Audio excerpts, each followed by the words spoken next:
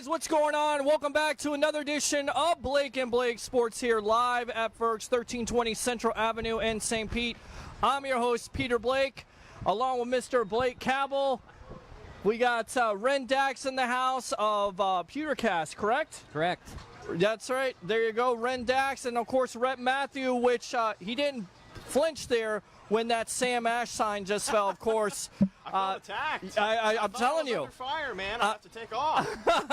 And of course, this is brought to you by Sam Ash Music, 926 McMullen Booth Road in Clearwater. Fellas, it has been a busy week here talking about the Tampa Bay Buccaneers with McCoy's exit and now Ndamukong Suh in his press conference yesterday, and then his comments. And I tell you what, let's start it off with those comments in care of the Tennis Network and what he said, and then we'll get into it. We'll talk about what you guys want to talk about here live on Blake and Blake Sports. So let's get to it here. Let's get to his comments, and then we'll come back. Here we go. You excited about going to the Bucs? I know it's a little different to leave a Super Bowl team, go to a team that was 5-11 last year, but what's your level of optimism? I'm very excited. I actually had the opportunity to talk very deeply with Coach Todd Bowles as well as Bruce Arians, two elite coaches that I've had great interactions with in years past, and I like being a part of things that you can build and be able to put them over the top, and hopefully my talent as well as all the other guys and other former Nebraskans, Levante David, we can play together and change the game there and get us to a winning situation.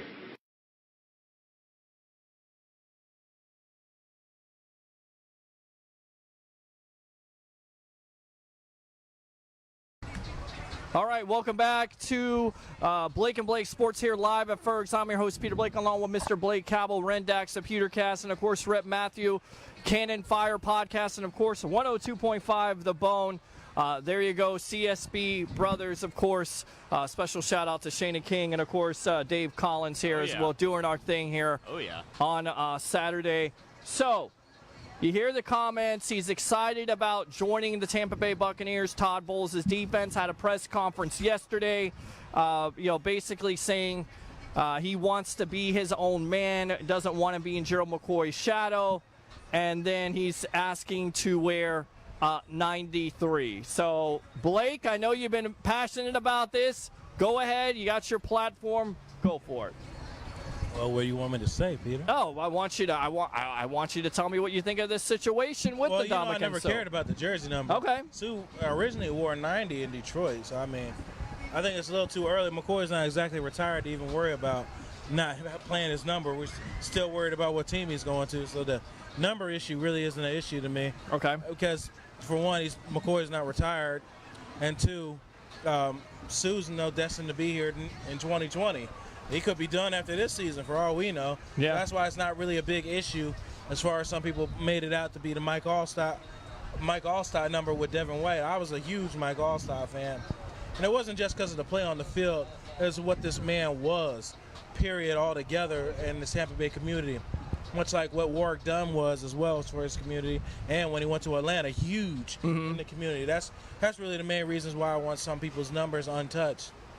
For that reason. So I don't really have a huge thing about Suh and the jersey number. Now, if you're talking about Suh overall coming here, I think I pointed that out and made my point very clear last week.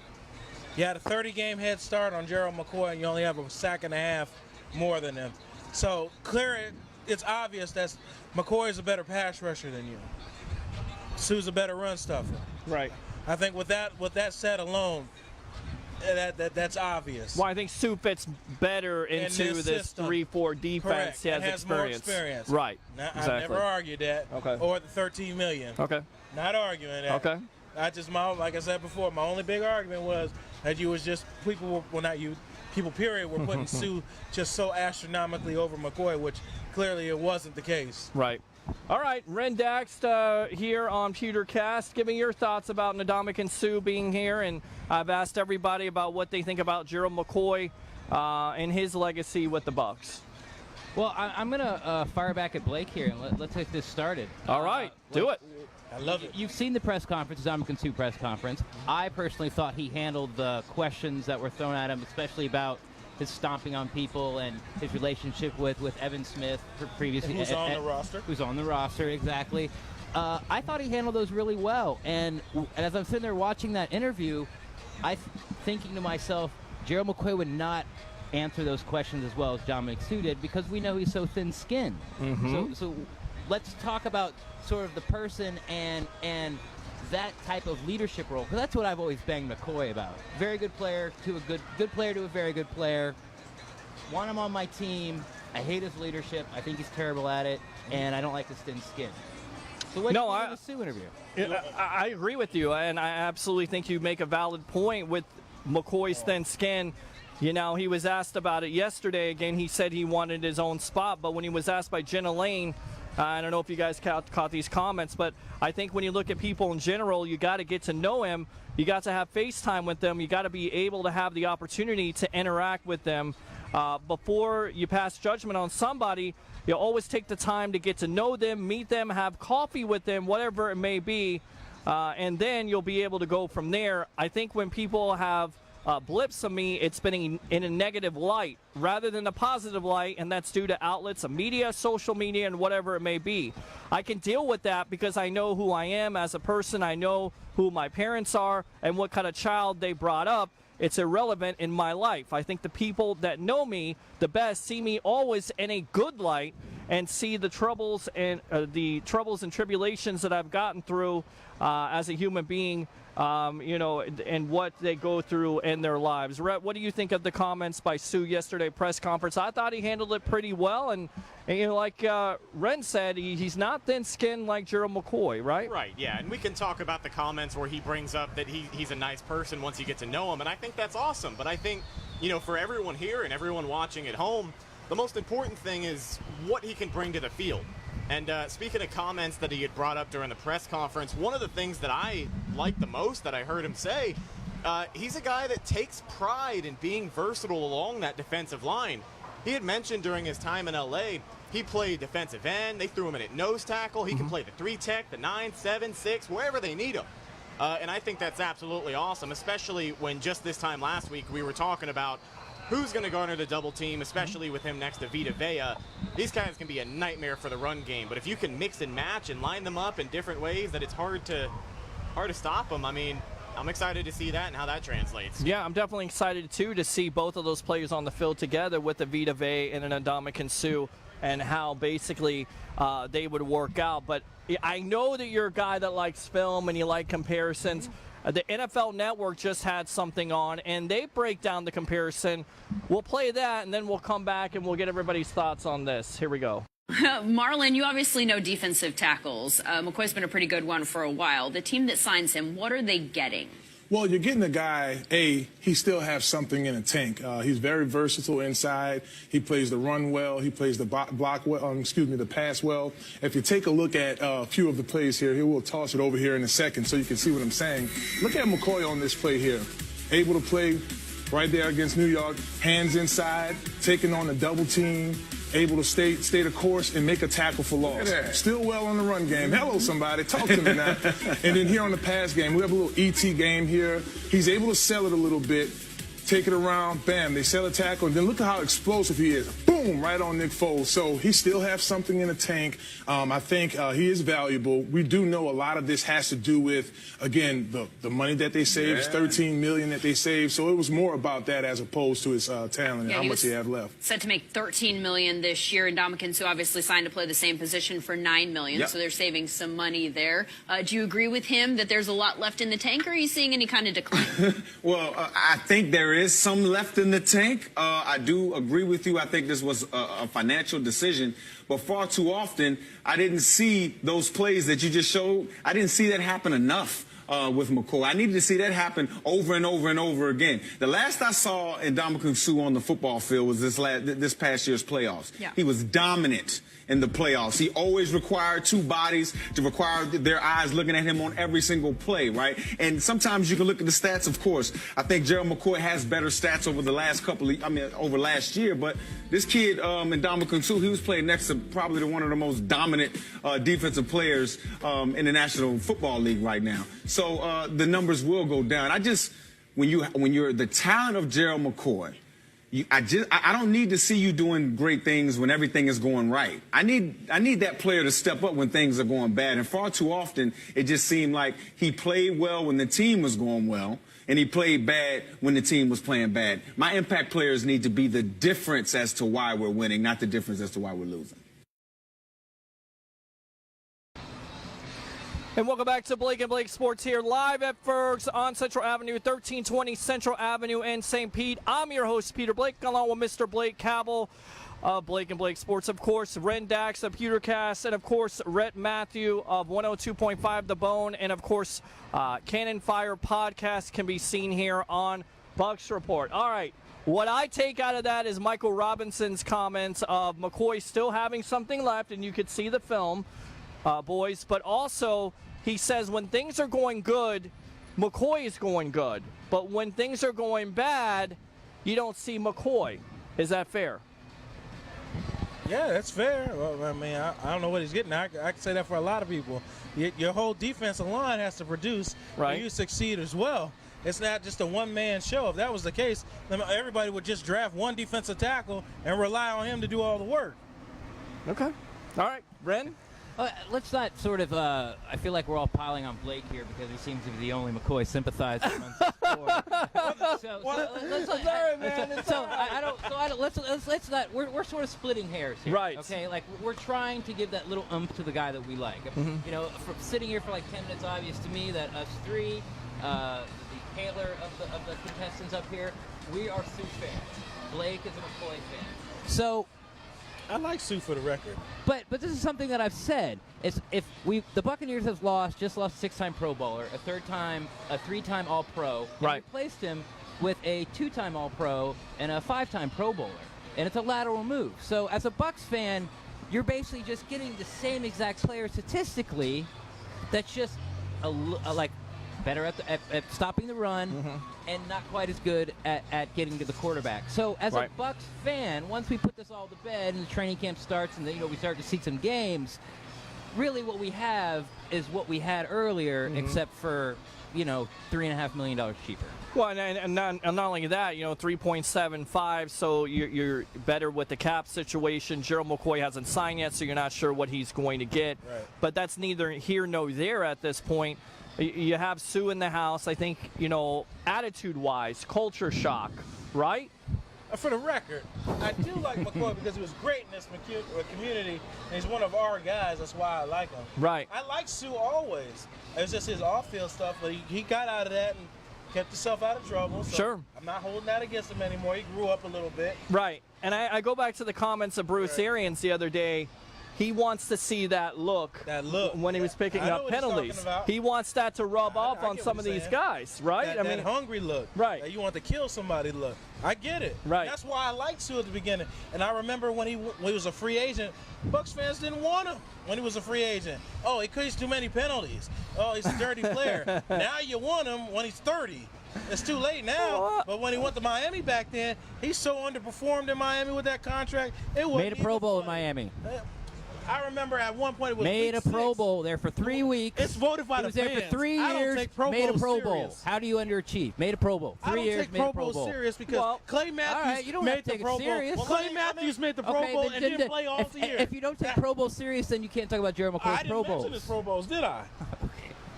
I watched you last week. I watched you last week talk about Sue underperformed. For the money he was paid, yeah, maybe he did. But I'll tell you what, he made a Pro Bowl. He was there 3 years and made a Pro Bowl, and that team was a dumpster fire, and it was. The team, same thing if you're going to say, it's not Gerald McCoy's fault he's ever been on a playoff team. Well, it sure as hell wasn't Sue's fault that the Dolphins were a train wreck when he was there. They were. I'm not going to doubt that. It seems like the Dolphins every year are a train wreck, and that starts with some of the players they picked up. Of course, Richie Incognito getting signed to the Los Angeles Raiders. We'll talk about that. Go ahead, Rep. If the Raiders are not on Hard Knocks this year, then I don't think there is a team like I don't know if you guys can agree with me, but there isn't a team I want to see more on Hard Knocks this year than Gruden and the Raiders. Yes. Oh, that mess out there. Just the Antonio Brown show. And we talk. And Mike Robinson kind of backtracked on himself as well. He said, "I know Sue's numbers are going to go down when he goes to Tampa." Why would they go down? Because you're going with less talent in Tampa. So Well, it's unproven. I mean, you have a young player in Vita Vea he made who. valid points. It's not consistent. I've never argued that. Right. I've never argued that. Right. I've never argued the money. I've never argued what Rex said earlier about his leadership. Well, I think we talked about that. Sure. I think McCoy felt like he had to be that guy, step up, beat his chest, put the S on his chest. Did he have to be, or did he want to be? Yep. Well, I can't answer that, but he probably wanted to be. And he probably thought he had to. I think he was put in a situation since day one. I think he was drafted that high. I think they expected him to be that guy for a really long time, and maybe he did perform for a little while, but and then in the end, his leadership wasn't that strong. Right. I haven't argued that either. And I was just been quiet. Right, but I always say this to everybody with the whole thing with McCoy and losing him, and people say, well, they lost Quan, they lost McCoy. They're not going to be a good defense now. I called that from the get-go. Well, yeah, I know you called it, but I'm amazed that people say, well, they're treating them like they're great players from 2002. This defense, guys, was god-awful the last 5 years with both of those players. So at this point, I think Bruce Arians, Jason Light were ready to move on and see what they had. And I definitely think Sue is an upgrade over McCoy because he's going to fit in it. He's going to bring some attitude, some swagger, as a lot of people like to use. And like Arians said with his comments going back to him, he wants that attitude, that aggressive nature to rub off on some of these players going forward. And what you're watching right now is Blake and Blake Sports here live at Fergs, 1320 Central Avenue in St. Pete. I'm your host, Peter Blake, along with Mr. Blake Cabell, Ren Dax, the Pewtercast, and, of course, Rhett Matthew there of Fire Cannon Podcast, and, of course, 102.5 The Bone. All right, so let's read some comments here from Bucs Report. Mike says thoughts on Twins broadcaster Bert Blyleven calling for the destruction of Tropicana Field after the park stole another homer from Miguel Sano. Hey, it's a part of it. Bert Blyleven has his opinion. He can have his opinion. A lot of people want to destroy that stadium, but that is kind of the home field advantage for the Tampa Bay Rays, right? The catwalk? Yes. Yes. Yeah. It's the most permanent home field advantage there is. Fans don't have to show up for our home field advantage.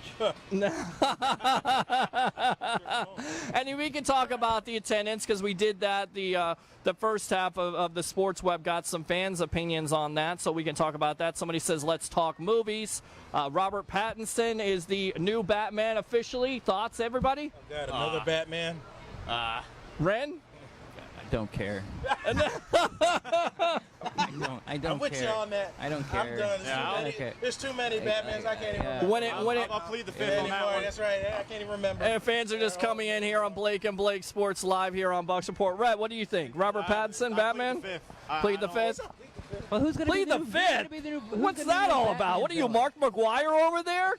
Come on, man. Get into that camera and talk about it. No comment. I mean, You gotta remember you gotta remember Rex 20. You don't remember all the Batmans. Oh, hey, look, it can't be any worse than George Clooney, right? Or Ben Affleck? I mean, can it? Give him a suit where he can move his neck. Maybe those Clooney movies would have been a little better. But All right, let's see here. Sue will be fine here. Johnny Dean, the professor, says. So now Sue is a great guy, and G-Mac is an a-hole. Yes. Laugh my ass off. As The Rock would say, it doesn't matter. It is what it is now. And he says he likes pie. That's interesting. Great. Sue isn't changing any culture, Peter H. Blake. The job is the head coach's. A one-year defensive tackle isn't changing the culture. Players buying into the coach is what changes the culture. You guys agree with that? That's true. yeah. Yes and no. But because, here's the thing, and once again, I don't want to start dumping on McCoy, but I'm gonna. Go ahead. Like you can. Now that the move has been made, McCoy is gone and Sue is in. You can see that they were done listening to McCoy. They did not want his leadership there anymore. Right. They could have found the money. Or lack of leadership. They could have found the money. They didn't want him. Bruce Arians didn't want Gerald McCoy to be the mouthpiece for the organization and especially the defense anymore. So, I mean, they couldn't even find a spot for him. Right. And so they finally cut him. So is Sue going to come in here and change the culture? A little bit. But why? Because the coach brought him in. So that comment is right and wrong. Okay. All right. Rhett? In my opinion. I'm with him on that. I mean, changing the culture is something that people have said for years now. It's gone back to the season before last season, and it's all about changing the culture, bringing this team a different look. And like you said, I think Sue's going to do that a little bit, but I don't think he's going to single-handedly, like a lot of people seem to say, bring back the nasty to this defense that we saw 2002, 2003. I mean, it's a different league, and Ndamukong Suh, I don't want to say he doesn't have the pull, but I just don't think his method of doing things, I don't think we have to worry about something like that wearing off on another guy like, Devin White, Vita Vea, because a lot of people bring that up as well. Is his play style, is his attitude going to wear off on those guys? And I don't think so. I think maybe he'll do what he can, but ultimately I don't think he'll single-handedly do it. Well, first off, for the record, he plays defensive line, so he wants to try to bring that aggression to the defensive line. He's not going to have a huge effect on the way Devin White plays. As Devin White doesn't play with power, he plays with speed. Sure. Right. And we're talking about the corners. Right. We're talking about all that.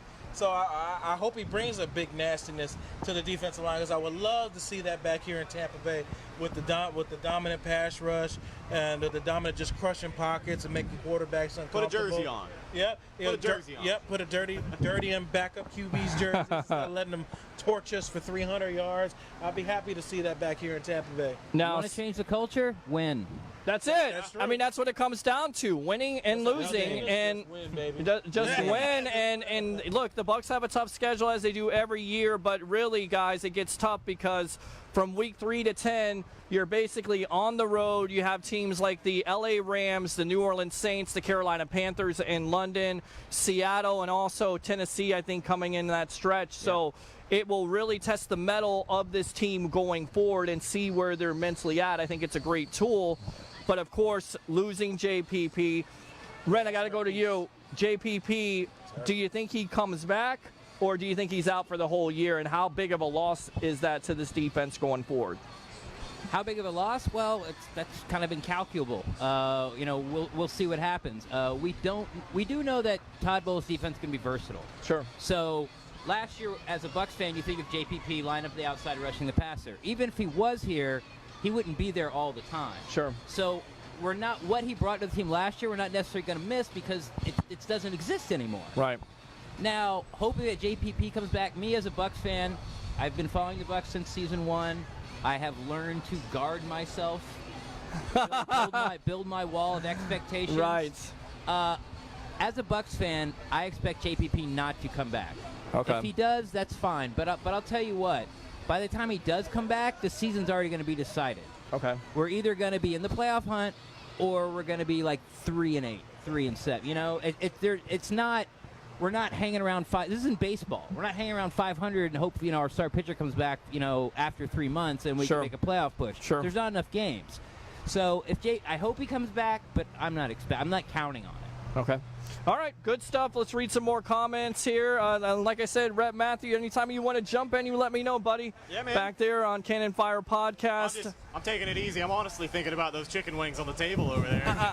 I'm telling you. They made their landing. What are we doing? Somebody needs to go and get those chicken wings and bring them on camera. You don't even got to tell me twice. Okay, there you go. All right, Rep Matthew's going to go get the wings. One of the most important jobs. Who cares about him hosting? He's getting the wings here. We're live at Fergs. He's getting the wings. That's it. All right, and we're here live at Fergs on Central Avenue, 1320 Central Avenue in St. Pete. Whether you want to watch the Rays, update on the score right now, 1-0 Rays over the Twins. 1-1. 1-1. Torino's pitching. 2-1. 2-1. Rays or Twins.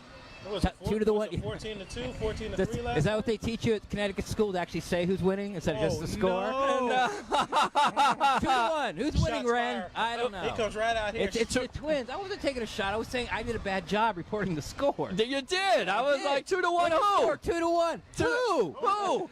The Bears. The Bears. All right. So there you go. 2-1. Rays over the Twins. Okay.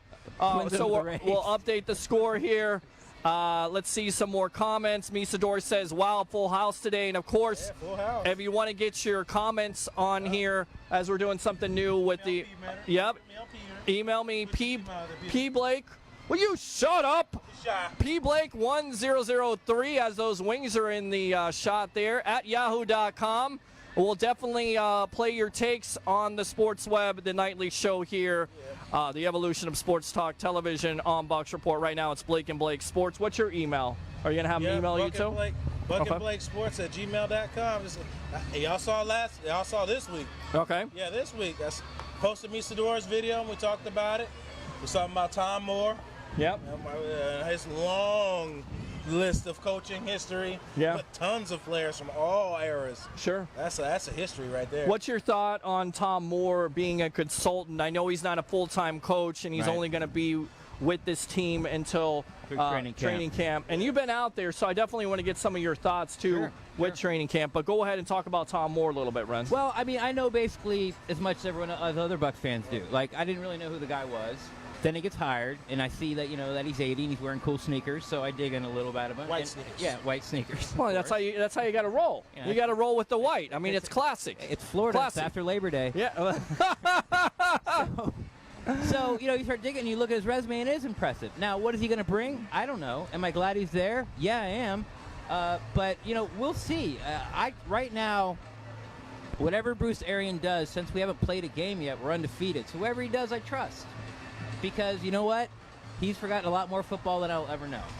I'm just some guy that has a microphone.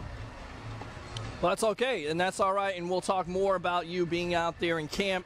Hopefully try to get Bucs Report out there in camp here eventually. 6 a.m. I'll be out there. You'll be out there? All right. Yeah, well, we'll see what we can work here. Keith Larson, of course, Ramblin' Tony Rossi in charge of that. Oh, Lord. So we'll see what happens with them getting us fully credentialed eventually. All right, let's see here. Sue's sack numbers won't increase only due to scheme. It's not his job to sack the quarterback in the 3-4. Agree? I already know he's going with that. Well, we said that last week. Right. Don't expect the sack numbers to be astronomical. Now, I know everybody's beating on me for the McCoy. That's fine. I love it.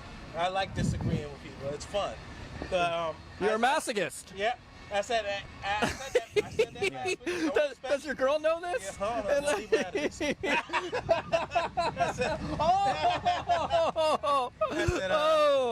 I said his sack numbers ain't gonna be big. Now we know who wears the pants in the family, huh? It's gonna be It's gonna be penetration scheme. Okay. I think we can talk about. Yes. Will Golston's still on this roster. I forgot about him. Right? Yeah. Well, you love Will Golston back there, right? He flies under the radar, getting paid more than he should be getting paid. He's a backup quarterback of the defensive line. Yeah, pretty much. I mean, I can't even respond. And that was good. There was an article, gentlemen, that was just put out by Mark Magana on Bucs Report. What went wrong? What were some of the things that went wrong in 17 and 18 for them to have back-to-back seasons? And one of those was the extension to William Golston, because consequently, when they signed him to the extension that year, he had 0 sacks, as many as my co-host. Right. Yep. Combined. I mean, it wasn't even close. And I know that somebody on this panel could probably get a sack. Me. Just saying. Anyway. Yeah, you could, all right. You probably could. Red, you probably got a sack in you, right? Red, you got a sack in you? I had a few. If he falls, I can touch him. Potato sacks. High school glory days. Oh, yeah. I'll get that Michael Strahan record-breaking sack. Where Brett Favre goes down? He said, I got you. Right. It counts. That's a full sack, right, guys? All right, let's read some more comments, and then we'll get back to it here on Blake and Blake Sports Live at Fergs. Quan is an average linebacker and all-pro self-promoter. Agree with that. Johnny says Peter H. Blake loves Sue. I love his attitude, and I think he fits better in this defense than Gerald McCoy, and I'm willing to see what he can bring to this defense, and if it improves, not only with Sue, but Devin White, Vita Vea, Carl Nassib, and also Todd Bowles running this defense, I think there's an improvement, and that's why if they could just be average at this juncture, right, I think you can win some more games. Yon Movies, wake me up for a relevant topic. Hey, you make the topics here, Misador. Keith Larson loves Batman, but the question is, does Keith like Robert Pattinson as Batman? Who's your favorite Batman of all time, guys? Oh, geez. I'll start off. Christian Bale. Easy, right? All right. Okay, that's solid. I'm going to go out of the box because that's what I like to do. I'm going to say the one from the animated series. Kevin Conroy. Yeah. There you go. Very good. Okay, and then who? What about you? I actually did like George Clooney. You like George Clooney in that? Like I said, put him in a suit where he can move his neck around. Those movies be twice as good. Bale kills it, and then after that second, it's got to be Michael Keaton, just my opinion. All right, let's get back to sports here. Will Rojo make the team? I definitely think Rojo makes the team. Yeah, for now. He's got too many plans for him, man. For now, at least. Well, there's been a lot of talk. He's impressing coaches. Jason Light. Good in them shorts. Well, Good. Shorts and T-shirts. and care of Carmen Vitale of Buccaneers.com, Jameis Winston says that he's definitely showed out this year. He looks more comfortable. Gentlemen, do you guys buy Jones looking more comfortable and being an impact for this Bucs team going forward in 2019? Well, he can't be any worse. Like, he can't. It's impossible. Right. Here's what I think what's going on with Ronald Jones right now. I think that Dirk Cutter shattered his confidence and his coaching staff. I'm going to put it all on Dirk's feet. And I think that Bruce Arians and his coaching staff, including Jameis Winston, anytime they mention his name unsolicited, and everything's always positive. And that's what they're doing with Ronald Jones right now. They're pumping him up and to see what he can be. Do I think he's a bust? No. Do I think he's going to be Kareem Hunt? No, I don't. But we don't know what we have. He admitted he came in and he didn't understand that he wasn't getting the ball. Like, okay, I'm a second-round draft pick. Where do I line up? Okay, talk to me week one. Right. But he couldn't pick up the blitz. His catching has been well documented. So a bounce back year it has to be. Because it can't be any worse. Because we talked about getting sacks. You put us 4 out there and give us 21 carries. Like, we can't do much worse. No, you can't do much worse. Total yards, we can't do much worse. Right, and you hope that this coaching staff, and I believe it with the size of it here, Rhett, that they're going to be able to get Jones ready for this offense, right? Oh, absolutely. And this is, these are guys that we have seen a very, very good coaching staff. BA has already come out and said he has all these plans for Ronald Jones. And like you said, Ren, he really can't be much worse than he was last year. He barely saw the field. But Blake, I know you're a guy for watching film. Did you watch any Rojo film last year? When he was on the field, that offensive line gave him nothing to work with most of the time. Correct? It wasn't much tape to watch. Right. I can count on both hands the amount of times he was on the field last season. The highlight of Rojo's career was a touchdown in the preseason game where all the blocks fell into place and he fell in the end zone. At that point, we were confident that we drafted a decent running back. After that, you didn't know what the hell happened to Rojo. Right. And a lot of it's neck up issues with him. Like Rex was saying. I believe he didn't know blocking schemes. He didn't know what was going on. He came from USC where he could basically come out, He had the space to work. We're running a 48 sweep. All right, cool. He'll just come out there and do what he does. There's blocking. He beat the first guy and run downfield for 60 yards. NFL, it's a little bit more complex. You got to block and you got to be able to run. You got to do more than one thing out here. And I think, well, I ain't going to say I think. I don't know yet. They're in shorts and T-shirts. Hopefully, he's caught on that he needs to elevate his game from the neck up before he worries about just his athletic ability, because that's not going to get him by in this league. Yeah, you're exactly right. I remember another concern we had with him last year for the longest time, a legitimate concern, was it seemed like he didn't know how to catch a football. You remember that series? I mean, he dropped it. He looked upfield, hit him in the chest, and dropped. Yeah. He got to a point in his career as a football player where he couldn't out-athlete everybody anymore. And I think that's dawning on him. And now he has to work on his craft and be a professional. Yep. And we'll find out. Yeah, we'll definitely find out. It's one of the remaining questions that you're going to have going into 2019, that running back stable with Peyton Barber. Even though getting 800 yards, can he be that every down back? Bruce Arians thinks highly of him. What's the status of Rojo? What about Andre Ellington? How does he fit in? And then also, you've been out there. Have you seen any of Bruce Anderson, Ren? I have not, and here's what's different. I know that you could go to fan events, and I know you got to cover, some of it last year, sure, in the middle of the season, and you got really cool access to it. Thank you.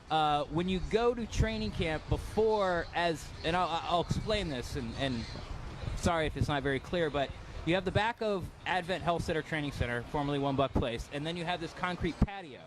And that's where you have to stand if you're quote-unquote media. Then right past the patio is the end zones of the 3 fields. Okay. Okay. Now, when they do individual drills or they're doing, kickoff coverage and punt and doing that stuff, everything's fine. But when they start to go 11-on-11s and 7-on-7s, Bruce Arians lines up the whole entire team in between the patio and the players. Okay. So you can't see. Okay. Like, you can't see who's running the ball. You can barely see who's quarterback. You can't see the safeties or the corners. Like, it's really hard to see. So I have not seen the guy that everyone's excited about, the Anderson undrafted free agent. But there is a fan event that I get to go to Wednesday, which is indoor practice facility, and they won't be able to do that. So I'll know more then. Okay. But, like, no music. It's just a really different vibe. And this is something that I think I can bring because I've been to an OTA, is it just seems like everyone's already pulling the boat, rowing in the right direction already. Yeah. Like, everyone knows what's expected. You feel like they know what they're doing. They look more in control. No one looks lost. There's tons of coaching going on. Perfect example. They would do like a defensive line drill last year, even the year before that, and they go, and McCoy would do it, and then whoever was second in line, who was the second best defensive lineman that year, would do it, and the coach would just kind of turn around and quit looking and start, looking at the water boy, and everyone's doing it. Now with these guys, they're on every single player, every single, and they stop it constantly. No, wrong foot, that foot forward. No, wrong hand, no, that hand's got to be up here.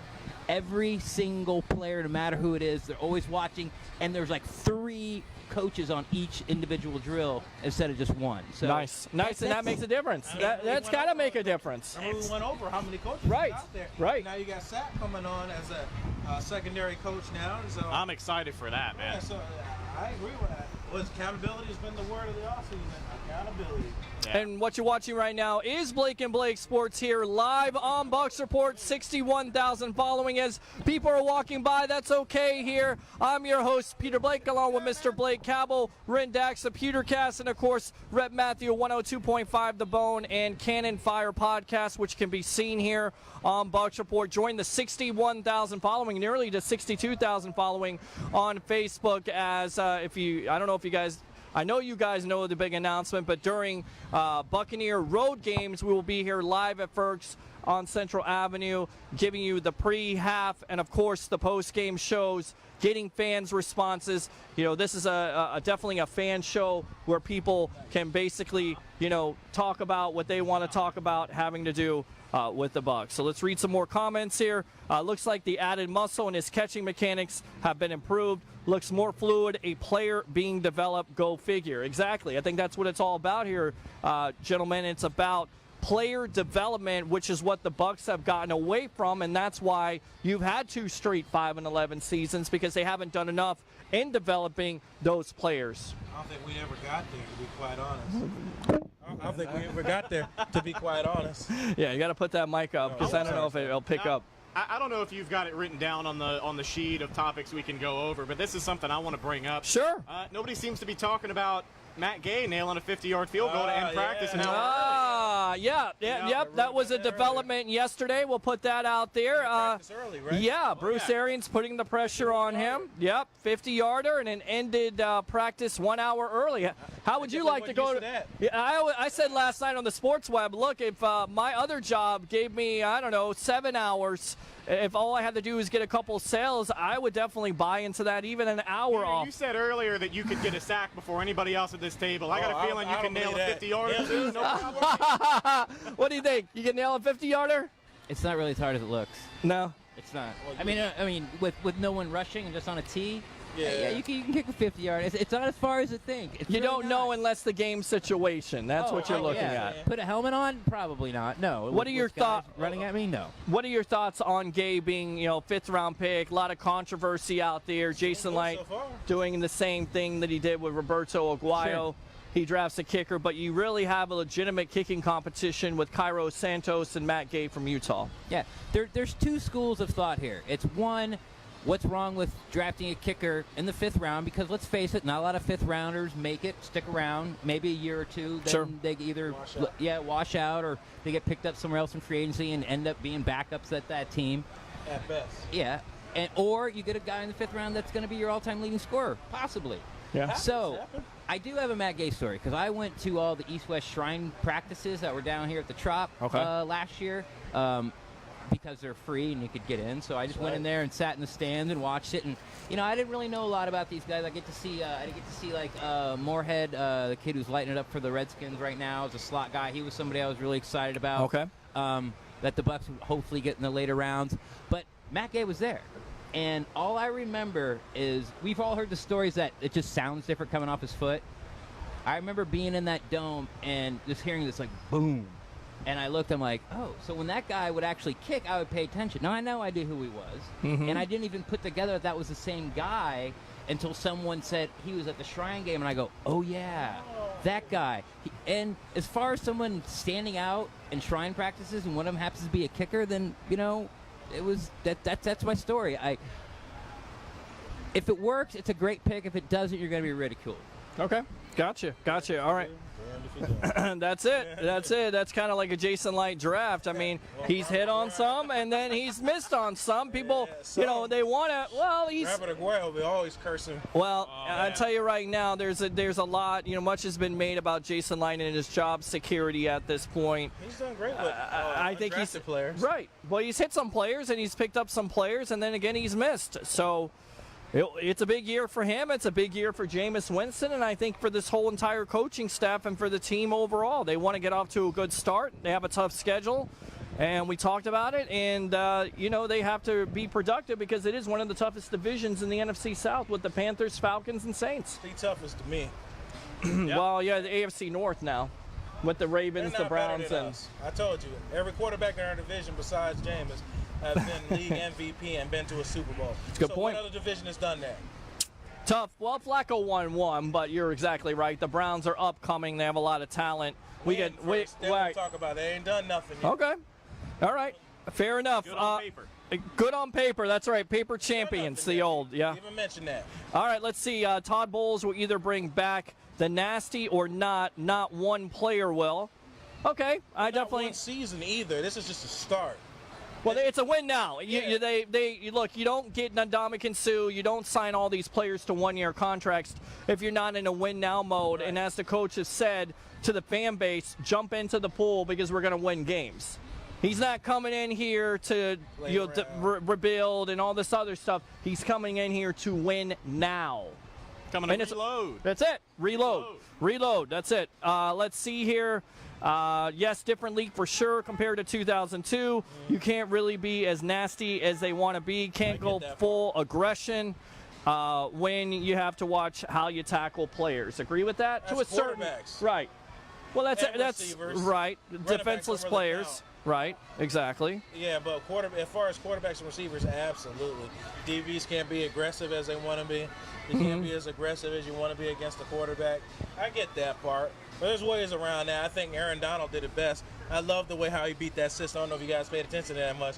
He would grab the quarterback and literally just throw him to the ground so he wouldn't have to worry about him laying his body weight on him. You saw what I'm talking about? Yeah. He would sling him to the ground so that argument wasn't even there.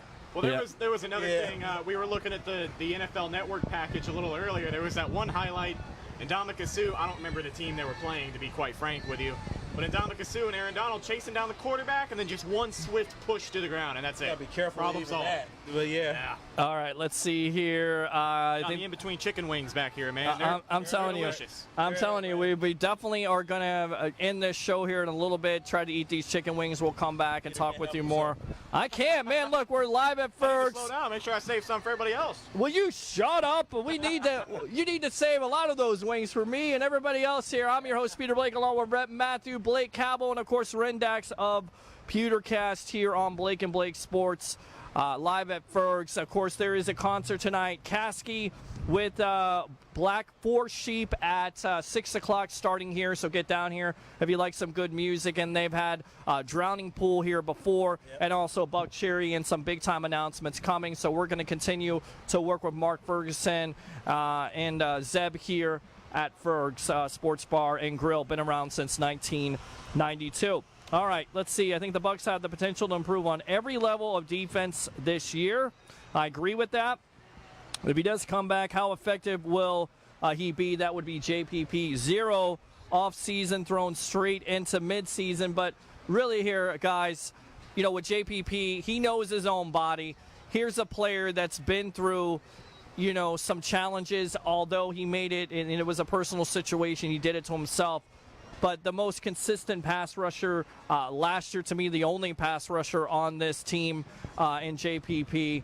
I don't know what to think, but I think it's a tough situation where your defensive end, you're constantly engaged with an offensive lineman, and you already have a neck injury. I don't know how much he comes back, but even a 70 to 75% JPP is better than no JPP at all.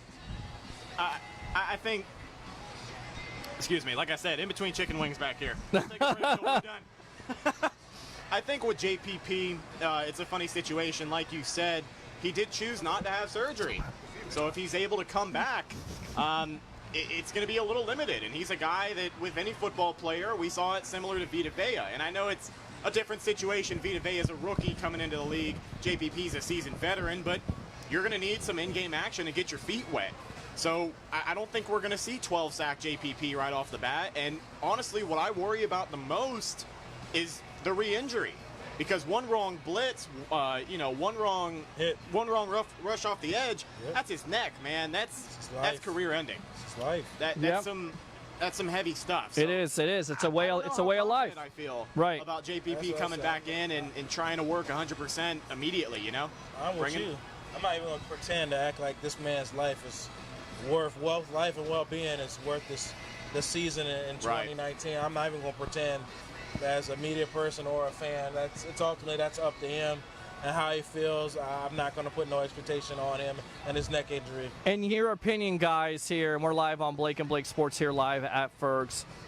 Do you think there's a possibility where, let's just say, the Bucs figure out that JPP will not play the rest of the year? Do you think there's a possibility of where they would either cut him or go after that $7.75 million for their cap? Yeah, I think there's a possibility. I think the greater possibility is that he doesn't play and maybe never play ever again. Wow. As a Bucs fan, and I'm gonna reiterate what I said earlier, is like just act like JPP's not on the team.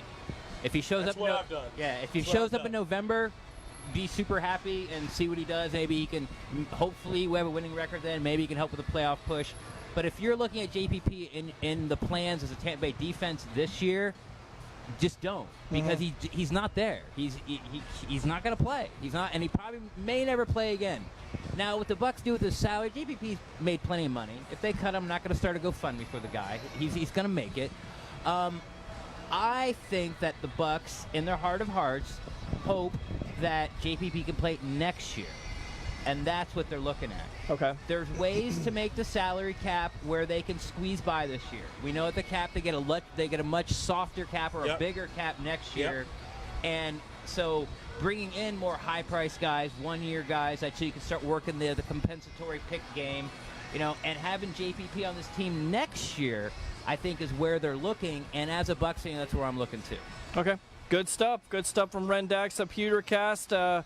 Let's read some more comments here, and then I think we're going to get off, take a break here, eat a little bit. You see the wings and the fries. I'll let you guys go ahead. I've had enough. Rhett's been on break. How about Rhett? How many wings have you had back there, buddy? I think 5 or 6, maybe. Okay, all right. That's still pretty good. Well, not you, Blake. We know you haven't missed any wing meals here at Fergs.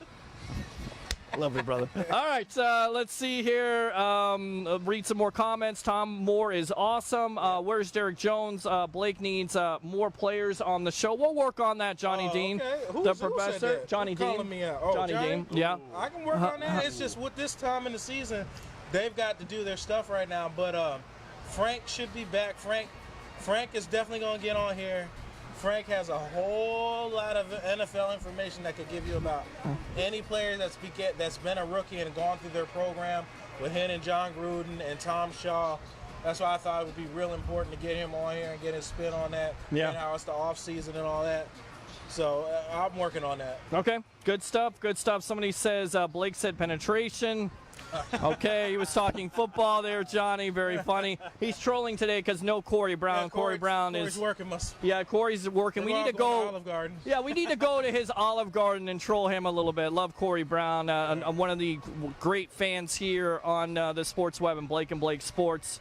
Thanks to Ray Kennedy before for working the camera. He had to get out of here, but we had a full deck today. Probably have a full deck next week. Rendax, you're welcome anytime you want to come back, my friend. I appreciate that. Have fun. Thank you very much. Absolutely. We're not done yet, though. We're just going to read some more comments, and then we'll take a break. And then if you want to hang around, we'll definitely have you, and we'll talk more Bucs football with you guys here on Blake and Blake Sports Live on Bucs Report. Let's see.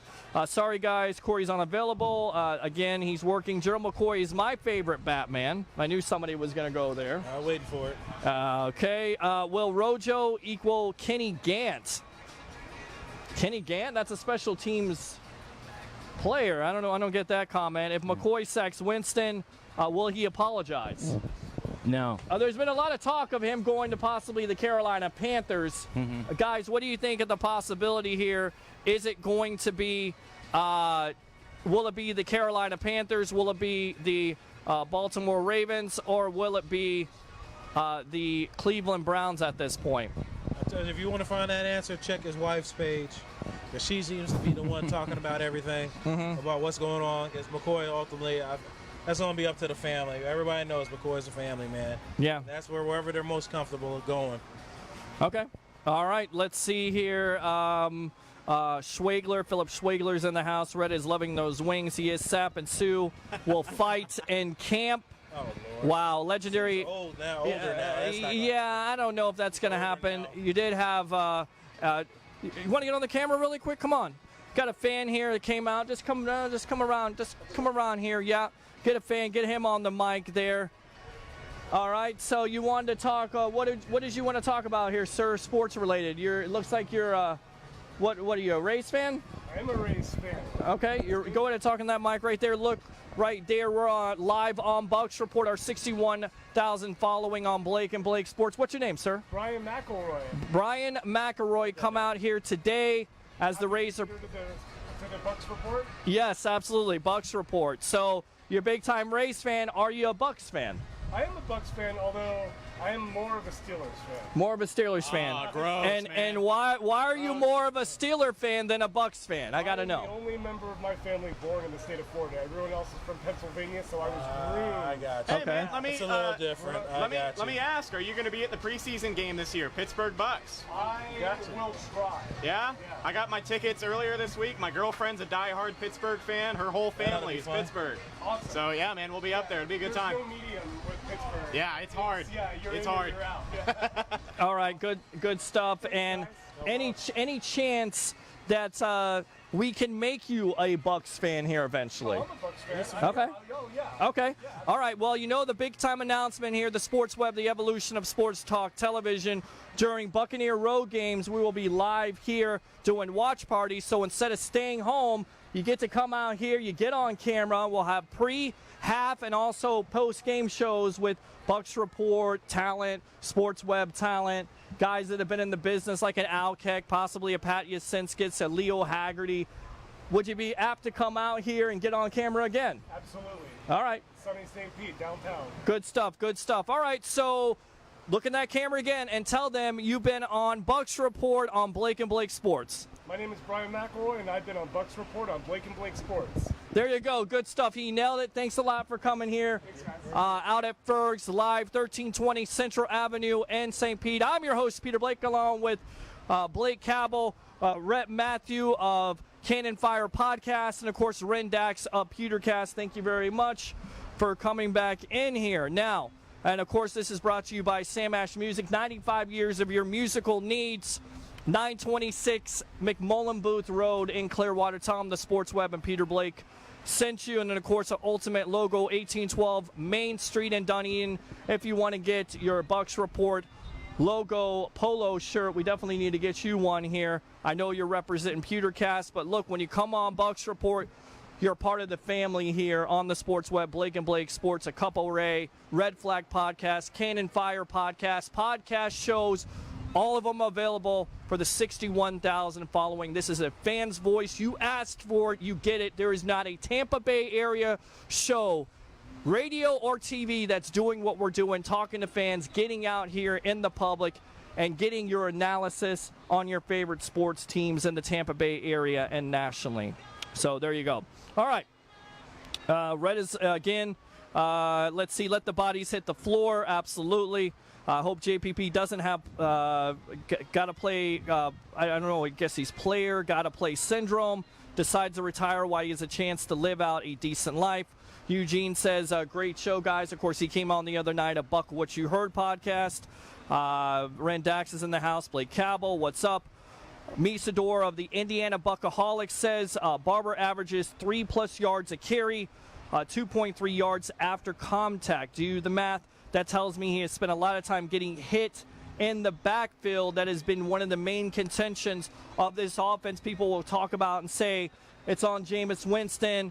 It's turnovers, stuff like that, but I believe it's also on the offensive line. 31.5 sacks since Winston has got here, started. That's the average. And then no running game, even though Barber rushes for 800 yards. So, guys, tell me, give me your thoughts, Ren, first and foremost, about this offensive line. Alex Kappa or Earl Watford starting at right guard, and then DeMar Dotson, 2 years removed from the knee surgery. He should be healthy.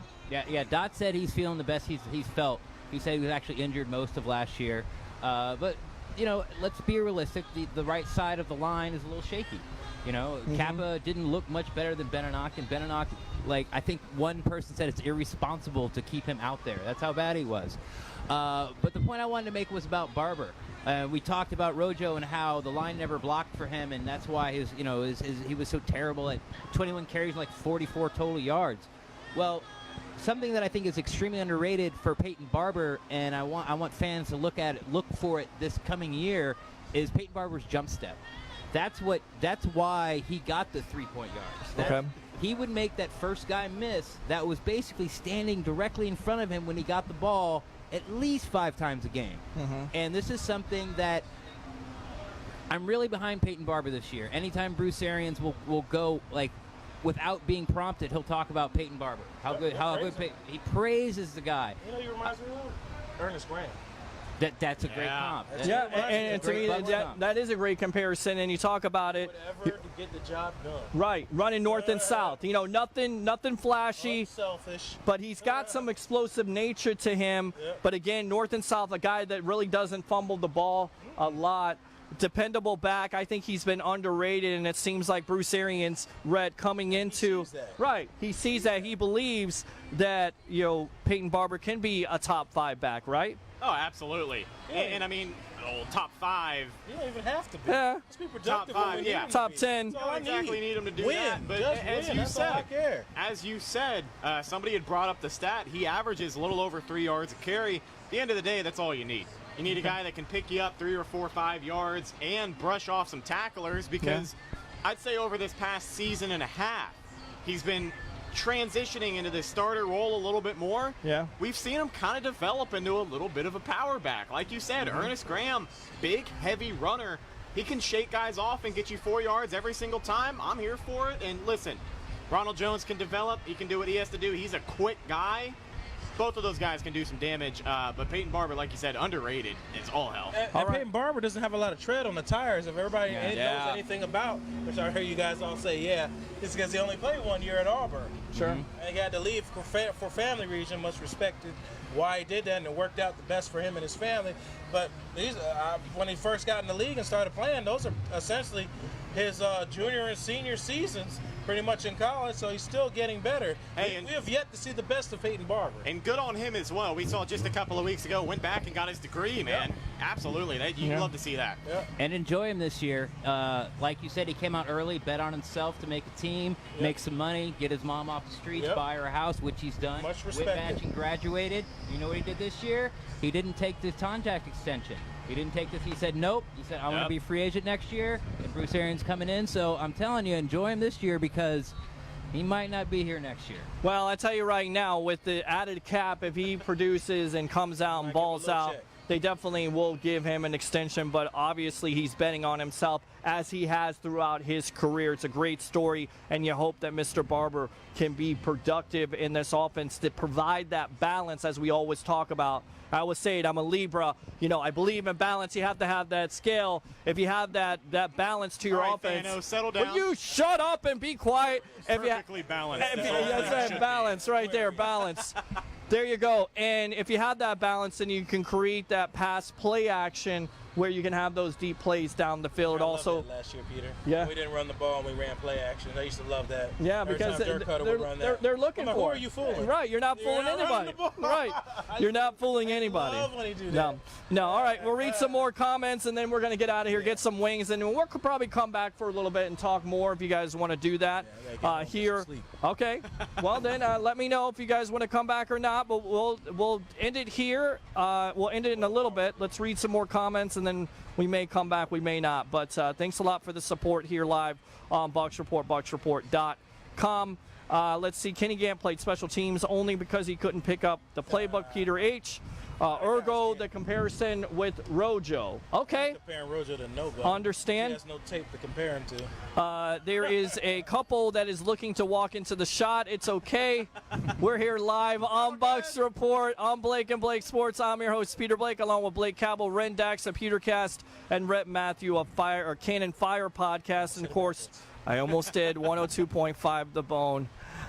I didn't. There you go. Just say no to Pittsburgh. That was to the fan there, Brian. This is a strong football history. Yes, they are very, very strong history and a legacy of great players. Steelers, boo. That's what Earl Harris says. Where's my shirt? Johnny Dean, we will definitely have to get you one. Right? Will you shut up and be quiet? Johnny Dean, the professor, actually in Pennsylvania. Yep. Somebody says, Larry Lee says, got a block. Absolutely. Offensive line is the key to making the running and passing game great. No, you don't say. Football 101. Once again, I must emphasize we got rid of Warhop. Our offensive line should be improved. That is from the professor himself, Johnny Dean. I agree. Who's going to win the backup quarterback battle? That's a tough one. I believe it's going to be Blaine Gabbert here, guys, because he does know the offense. I don't think you bring him in here. He knows the offense. There's going to be some type of competition with Griffin, but I think he right now is the leader in the clubhouse. That's not to say it won't Griffin change. comes through the pack. Okay. Ren, what do you think? I've been a Griffin guy. I got so mad on my podcast. Remember when there was a undrafted free agent guard that missed a block, and then in the Cincinnati preseason game, and the guy had like a 15-yard head start and blasted Griffin, laying on his shoulder, and he was out. Sure. Oh, 2 years ago. Yep. Last year was the first time he actually got to finish the preseason. Yeah, And he was playing well. I know what you're talking about. that guy's name was Cole Gardner. Cole Gardner. I used to be like, Cole Gardner, because I'm a Griffin guy. I want this guy to get a snap. For the last couple of games last year, I was just like, Cutter, come on, man. Just let Griff get in there. He's looked lights out in preseason. He has. Yeah. Now, last year, they all did. You know, Jameis looked the best, then Griffin, then Fitzpatrick. But they all looked really, really good. Okay. So I'm pulling for Ryan Griffin just because he's my guy. Yeah. You know, do I think Gabbert has a little bit of a leg up because he knows the offense? Yes, I do. Bruce Arians pretty much said it much at the owners' meetings. We're like, well, it's not really much of a competition after they just signed Gabbert, but We'll see. Griffin. Okay. I think it's I think I it's need a easy. pin. I want a pin. Like, Team Griffin. I'm Team Griffin. Yeah. I think it's easy to look at Ryan Griffin in the same point that you made, man. At the end of the day, he's kind of homegrown talent. He hasn't played a snap, but he's played every year here. Yeah, he's one of our guys. I mean, if Sean Payton Pull that mic up there. Our guy. Yeah, If that's Sean it. There you Payton go. wanted you, then, you know, you got some talent throwing the football. Yeah. Okay, good stuff, guys. Read some more comments, and then again we will get off there, and we'll decide if we're going to come back or not. Are we going to come back, or are we just going to end it here? I'm game. You going to game? You want to game. stay out for a little bit, because I want to get his thoughts on what he's seen out in camp. So you stay for a little bit. I gotta head home. I'm tired. All right, we'll get you on for a little bit, or we'll figure this out here. Do 12 hours. Oh, okay, I got you. Let's see, Libra's rule. In fact, Libra, the head Libra is going to be Bruce Arians, who's the coach of this team. So there you go. Eugene says, I'll balance you through a table. Peter H. Blake, not on your life, Eugene Thomas. I don't believe there is a battle, and Gabbert knows the scheme. So I tell you what, let's go ahead, get some final thoughts from you, Ren, and we'll go down the line here. So, Ren, what's your final thoughts? Yeah, well, it was really fun to be here. Thank you so much for having me on. I'll have to check with my girl if I can come back on, but if you want to talk about OTAs, I'll make it happen. You know, I think, and this is something that I asked around, sort of when I talked about earlier how we got walled off during the 11-on-11 and 7-on-7, you couldn't see anything. That was sort of my time to go and say hi to everybody, say hi to the Almonds and the Cooks and the Reynolds and the Isbits and talk to those guys and sort of bounce some questions off them. And it's pretty much universal, and I think the fans are feeling it too. This is the year we're going to find out if it's the players or the coaches. Yep. And so that's what we're looking for. You know, not a lot have been brought in. I mean, we just brought in Sue. Before him, it was what? Shaq Barrett, and no one even knew who the hell he was. Yeah. Like, you know, he was the big bring-in. Poor man's Von Miller. Yeah, everybody gets a draft class. Sure. You know, everyone's got new shiny toys to play with. So we're going to find out if it was, you know, Lovie Smith / Dirk Cutter's coaching staff or Jason Light players are the ones that are 5-11. We're going to find out real quick. All right, Blake. It's hard to follow. That's hard. That's definitely a hard one to follow right there. I'm with him. Really looking forward to this off season. I'm ready to look forward to see how this team pairs up with the head coaching and the defensive coordinators and all the other coaches we brought in, because we brought up how many coaches are out there. 2 female coaches that we haven't really talked about much. No, we haven't. And they've been putting in work. Male cheerleader. Yep. Yes. And the male cheerleader. First. Equality. Right? Equality, everybody. Yes. Yes. Hey. If I had your name, I'd put it up right now. I'll be ready next Saturday. I'm going to put it out there. Somebody's saying go Twins when they're coming. What are you doing here? Go ahead. But yeah, I'm really looking forward, optimistic this season, looking forward to a change. Update on that score really quick. 3-1 at the Knicks in the second intermission. All right, so 3-1 Rays. Rep Matthew, go ahead. Twins? Is it the Twins? Twins. It's Twins. 3-1 Twins. You're killing me. He said The Knicks. Knicks ain't winning anything. Will you shut up? Go ahead. Just like you guys had said, again, hard to follow, but this is going to be a year where a lot of things are going to matter much more than they have ever before. You know, we were talking headed into last season, it's going to matter about Dirk Cutter. We'd even said on Cannon Fire podcast earlier last year, Evan had put out a take. He said, listen, I think even if they tank this year, of course Cutter's going to be gone, but there's a feeling that Light's going to stick around. There's a lot more on the line for Jason Light this year. We had talked about last week, all of his guys need to perform, but it's going to be interesting, and this is what I want to kind of shoehorn into my final thoughts here. It's going to be interesting to see these things translate to Tampa Bay football, because Ndamukong Suh has his way of doing things. It's going to be interesting to see that translate into what he does in Tampa. Ronald Jones didn't get a good shot last year. He'll get a shot this year. Let's see how that translates. So there's a lot of things up in the air, but there's a lot of really, really important things on the line this year for a lot of people's jobs. And then, of course, the short-term guys that you bring in to help out this year. So it'll be interesting. But, yeah, man, I'm excited. And I think a lot of people are excited. It's been an interesting show here live at Fergs on Central Avenue, 1320 Central Avenue. Whether you want to watch the Tampa Bay Rays, the Tampa Bay Lightning, or, of course, the Tampa Bay Buccaneers, get out here. Great concert tonight as they're going to have Caskey with Black for Sheep starting at 6 o'clock. For Ren Dax of Pewtercast, Blake Cabell, Blake and Blake Sports, Rep Matthew of Cannon Fire Podcast, I'm your host, Peter Blake. Everybody together, giving you something to think about. We'll see you next time, guys.